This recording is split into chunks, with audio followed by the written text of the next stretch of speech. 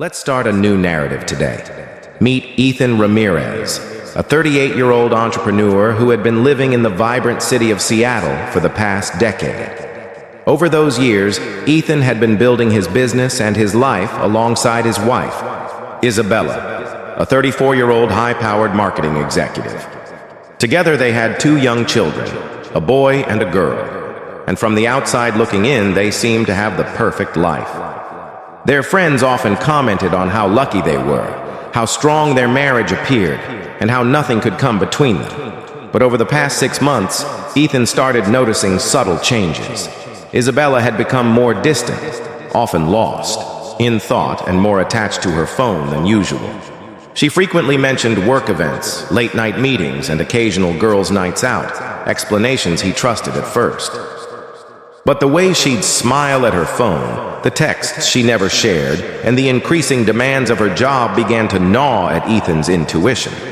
Still, Ethan didn't want to jump to conclusions. His friends reassured him that marriages go through phases, that the demands of work and raising children could make things feel distant sometimes.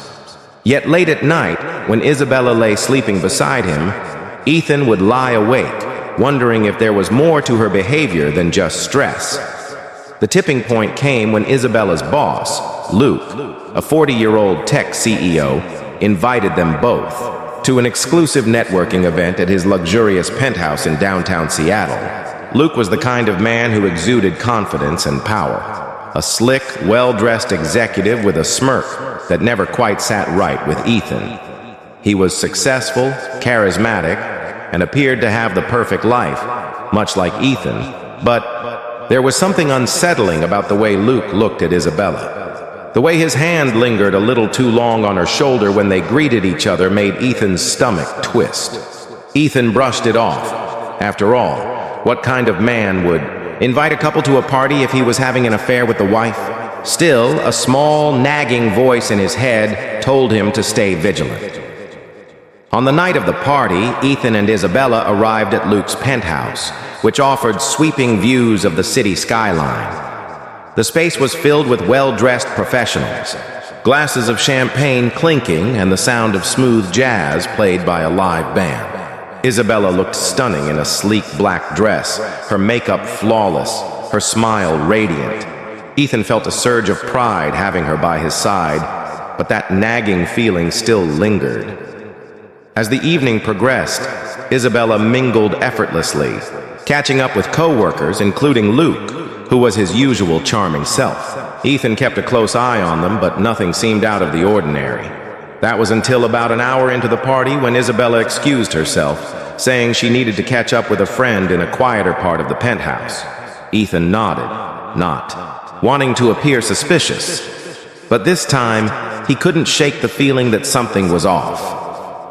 Instead of following her immediately, he decided to give her space.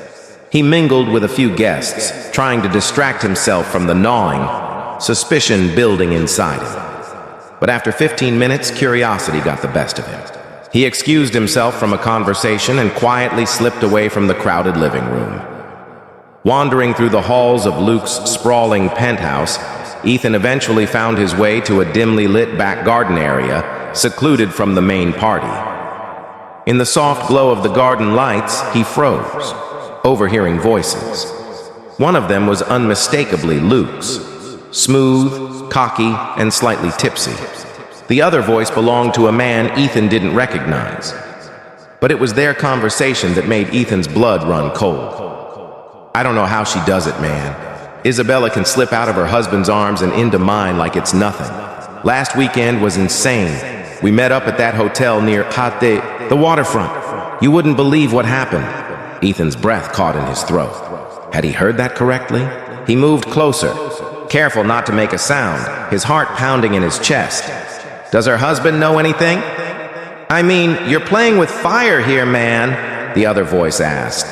"Nah," Luke replied confidently.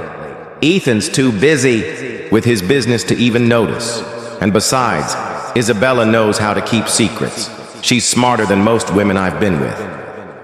Ethan's hands trembled as his worst fears were confirmed. Right before his ears, the woman Ethan trusted.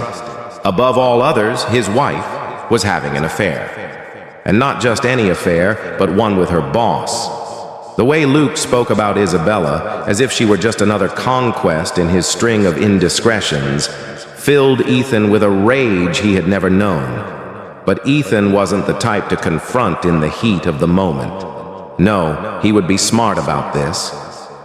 Hidden in the shadows, Ethan listened as long as he could bear it. He learned their affair had been going on for nearly 6 months.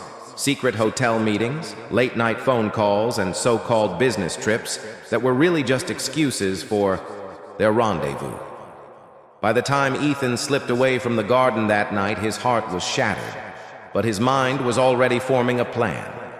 When Ethan returned home, he acted as if nothing had changed. He smiled, laughed, and made small talk with Isabella, all the while masking the storm brewing inside him. He knew he couldn't confront her yet, not without cold, hard proof. Over the next few days, Ethan became a different man. Strategic, careful, methodical. He installed tracking apps on Isabella's phone without her knowledge, hacked into her email accounts, and even hired a private investigator. For 2 agonizing weeks, he gathered evidence, text messages between her and Luke, photos of them at hotels, and phone records that confirmed everything he had overheard. With each piece of evidence, Ethan's heart broke a little more. But his resolve only grew stronger. He wasn't just going to confront them. He was going to make sure that when the truth came out, it would be unforgettable. 1 month after that fateful party, Luke hosted another event, and Ethan knew this would be the perfect stage for his revenge. This party was bigger, grander, with even more high-profile guests. Ethan arrived with Isabella on his arm, playing the role of the doting husband while she remained blissfully unaware of the reckoning ahead. Halfway through the evening, Ethan excused himself from a conversation, telling Isabella he was going to make a toast. She smiled at him, completely unaware of the storm about to hit. As Ethan took the microphone, the room grew quiet, all eyes turning toward him. Isabella stood beside Luke, her smile faltering slightly as Ethan's gaze locked onto hers. "I'd like to make a toast to my incredible wife, Isabella," Ethan began, his voice calm and measured. "For 10 years, we've shared our lives, built a family, and created memories I thought would last forever." The room was silent, the air thick with tension. But sometimes life surprises you. Sometimes the people you trust the most turn out to have secrets they keep hidden. Isabella's face paled, her eyes widening in shock. She tried to step forward, but Ethan raised a hand, stopping her in her tracks. "And tonight, in front of all of you, I'd like to share one of those secrets." With the press of a button, the large projector screen behind him lit up. Gasps echoed through the room as images appeared. Photos of Isabella and Luke sneaking into hotels, screenshots of their texts, and even audio recordings of their late-night calls. Ethan had left no stone unturned. Isabella stood frozen, her face ashen, while Luke tried to make a quick exit, but the crowd had already turned on them. Ethan's voice remained calm, but an edge of finality cut through every word. In the end, secrets never stay hidden for long.